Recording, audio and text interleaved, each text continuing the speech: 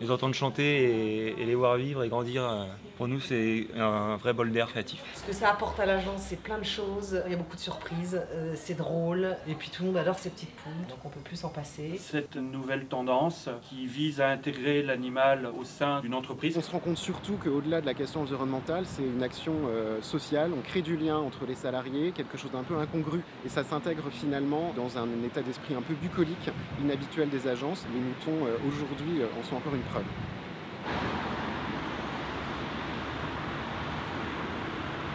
Bonjour, je m'appelle Arnaud Benoît. On est situé entre Paris et La Défense.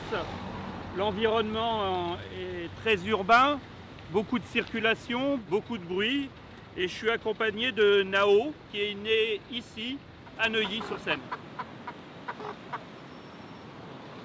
Bonjour Carole, je te ramène Nao, là, le locataire d'ici. Oui, Je le ramène chez lui. vas la mettre dans sa chambre donc. Oui, je peux rentrer ? Bien sûr, fais donc. Merci Carole.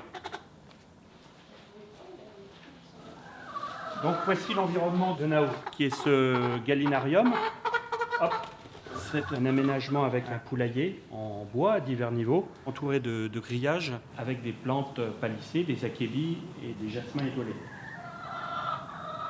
Ce projet a été réalisé il y a 3 ans, au moment de la plantation en fait, de l'agence de communication qui s'appelle JWT.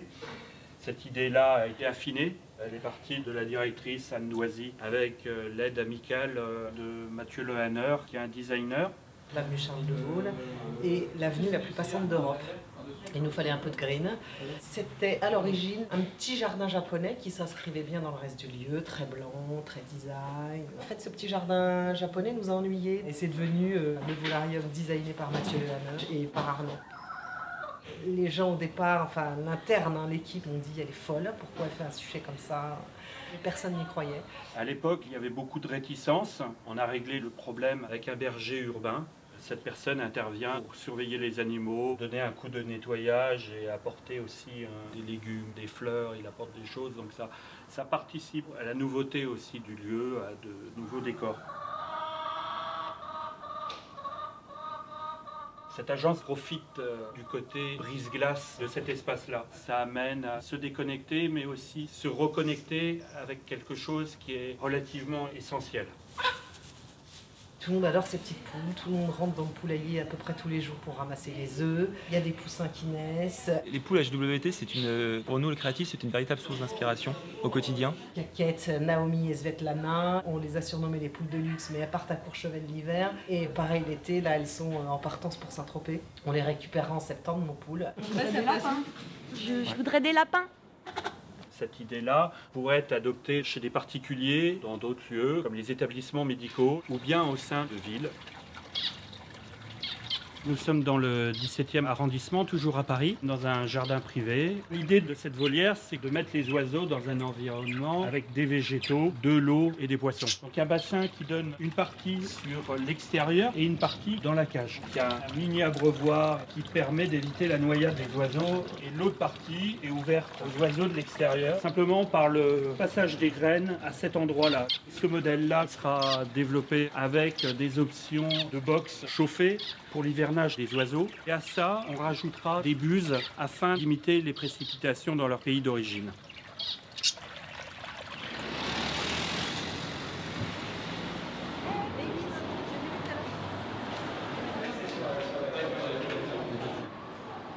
Bonjour, je viens pour tondre la pelouse. Oui, bien sûr. Pas de soucis, je vous ouvre. Merci.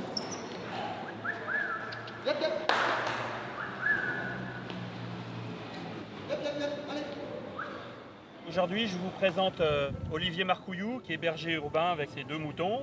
Il y a un très gros potentiel de développement agricole aujourd'hui en ville. Finalement, pour les professionnels de la nature, en particulier pour l'agriculture, c'est vraiment une opportunité parce qu'on va pouvoir, grâce aux dynamiques qu'il y a en ville, changer nos pratiques, améliorer les conditions des éleveurs, des animaux. Il y a beaucoup d'énergie qui vont nous soutenir pour des jeunes éleveurs, agriculteurs. On est ici sur le toit du bâtiment principal de BETC, qui est une importante agence de communication. On a initié un programme de développement durable, aussi bien à l'interne, sur les enjeux sociaux et environnementaux, que sur la production audiovisuelle. Souvent, les efforts réalisés sont invisibles. Donc on a installé des ruches, un jardin partagé avec des salariés et des habitants du quartier, et une houblonnière. On a fait 4600 litres de bière locale cette année. Sur le toit, également des plantations et du gazon pour le bien-être des salariés. Aujourd'hui, on accueille des moutons pour leur entretien. Ce qui en ressort, c'est énormément de sensibilité liées aux animaux qui peuvent être concrétisées avec une zone abroutée sur des toits ou bien des abeilles. On agrandit notre capacité de production agricole en centre-ville. On est accompagné par SARL Parterre depuis le début de cette démarche. Au-delà de la question environnementale, c'est une action sociale, quelque chose qui permet aussi de créer du décalage ou du repos par rapport au rythme de travail. Bon Olivier, est-ce qu'on pourrait profiter d'une bière produite à Paris avec du miel de Paris? Ah, volontiers. Volontiers, bah allons-y alors.